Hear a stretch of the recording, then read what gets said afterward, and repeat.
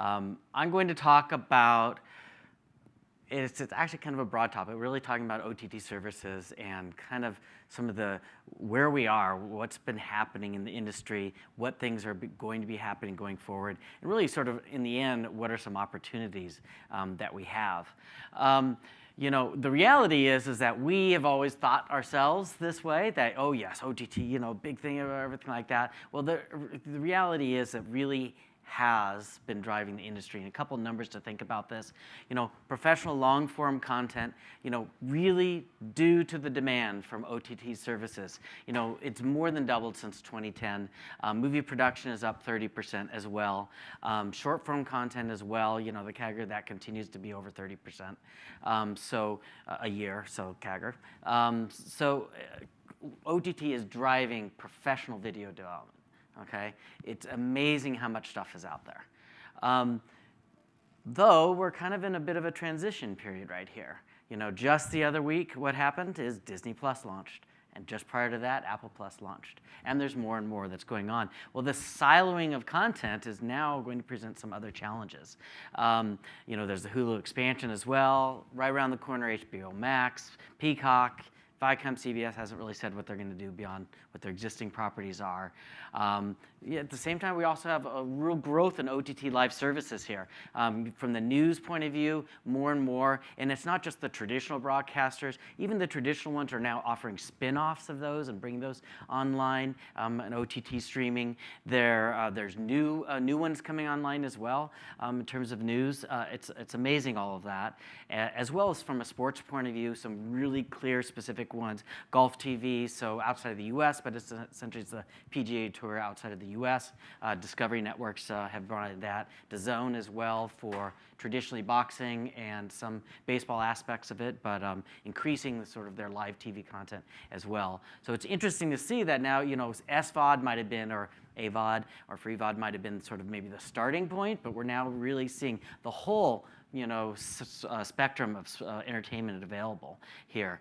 And I'm talking about the big ones here, but we can't neglect all of those others, a couple hundred in the US alone for, servicing some very specific segments maybe that are out there. Think about this though from the consumer point of view. What does this mean? Well, certainly it's great in terms of entertainment choice, but what about all these subscriptions they now have to manage?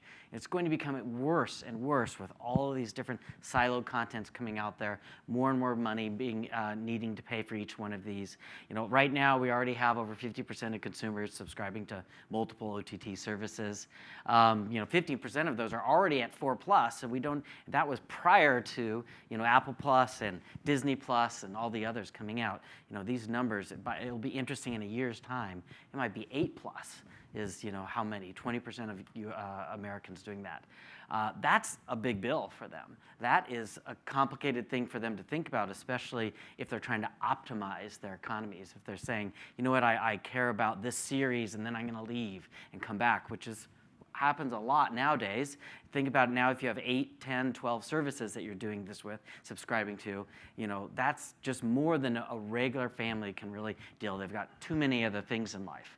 So one of the responses for that is that, nearly 40% of consumers are immediately saying they're willing to pay extra for an aggregation, a way to simplify it for it. We already see some attempts at that, but there's a lot of issues. And, one of the main problems is that there's no common way to be able to look across. I mean, it's hard to aggregate if you can't get access to a catalog. And in fact, if there are a lot of metadata providers that offer catalogs, live catalogs of these different OTT services, but how they're getting those is really by scraping, and that's not very good. I mean, first of all, it's not up to date. Second of all, it's inaccurate. And third of all, it's not sanctioned. So that's not really something that can work in the long run. It's not really going to solve the broad consumer need. That said, let's think about this. With all these changes happening, with the high end, these big services coming out, these high value premium services coming out, this is an increasingly competitive space. There's going to be some reaction from them. They're going to, and we're already seeing that in Disney, and what they've done with Disney and, for example, on Apple TV, is that they then are putting up front their content right in front, embedded right into it. You turn on your Apple TV, and you see Disney Plus right there. You see not just that, you see The Mandalorian. You see new episode of Mandalorian up, okay? So with this increased competition, we are going to see more of this openness, but there's more of this way to revisit it than in the past, where there was a lot of those premium services were kind of against it. They didn't want to do that. They didn't want to share their information. They didn't want to have a way to get into their service. Understandably, from a data point of view, and from a consumer attached engagement point of view, they want to, keep that. It's obviously a high value for their business, but that's a little different than thinking about a way to be able to bring consumers in, make the consumer problem easier. Make it easier for consumers to have multiple services and not say, oh, I don't want this one anymore. It's just too much of a pain. I can't, Dad says I can only have 4 services, so I got to jettison 2 more of them. Let's not get to that place. So, and part of this is to think about, we really kind of need a standardized approach, across the industry to be able to publish out the catalogs, to be able to make it available, to be able to show when there's incremental updates, to be able to say when a window is closed for an asset, to be able to give preview and be able to even push out, promos of new ones and everything like that. I mean, I think clearly there's a need for that, and that would sort of enable, these other platforms to be able to do something more interesting and more of higher value to consumers. And when you think about this, let's not think about necessarily just as the OTT aggregator. Let's look at the broad space too. Think of the mobility platforms. Your AT&Ts, your Viacom, your T-Mobiles, et cetera, and everything like that. Have them. They want to be able to offer, what can they offer to their consumer? Think about the traditional pay TV companies around the world. What can they do? How can they do it, sort of embrace sort of this broad spectrum of entertainment? Well, I've been very focused on SVOD, and that's because that's where all the heat is. That's where all the change is going on right now.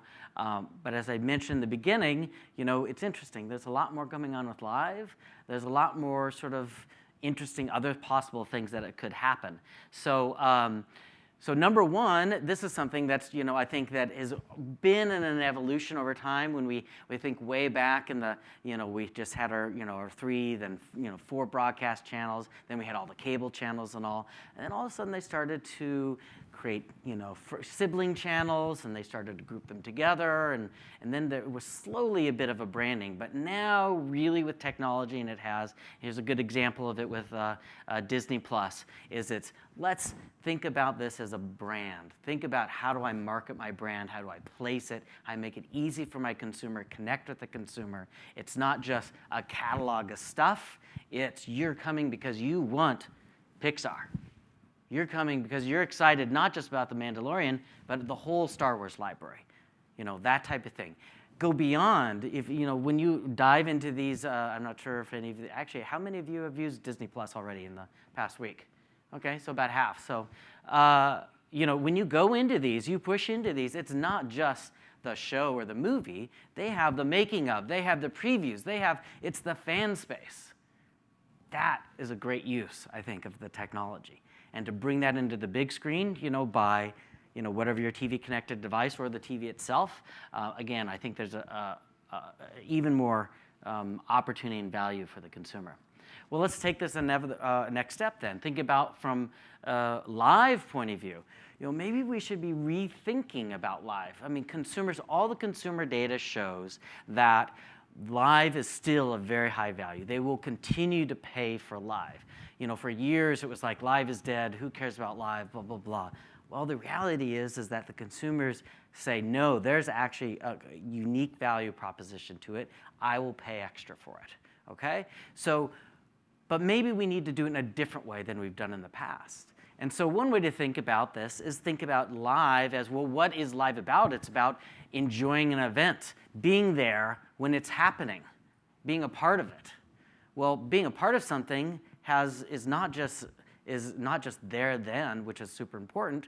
It's getting deeper when you're there then, or it's getting ready for it, or it's having a lot of fun afterwards and remembering it. So this is an interesting approach that I think that OTT services could really take advantage of, because they can pull in so many different disparate sources. They can use data to drive what they put in front of the consumer. They can do interesting overlays of data and be able to allow for the fan to go deep on things. They can create other assets for them, make them continue to stay longer on that channel, be able to drive their own view, their own way that they watch a sporting event or something like that. You know, the premium that someone could get for that is so high. And when you think about, if you again go back to the consumer data, when you ask them why do they like live, it's because, well, I've got to have Fox Sports because, you know, football.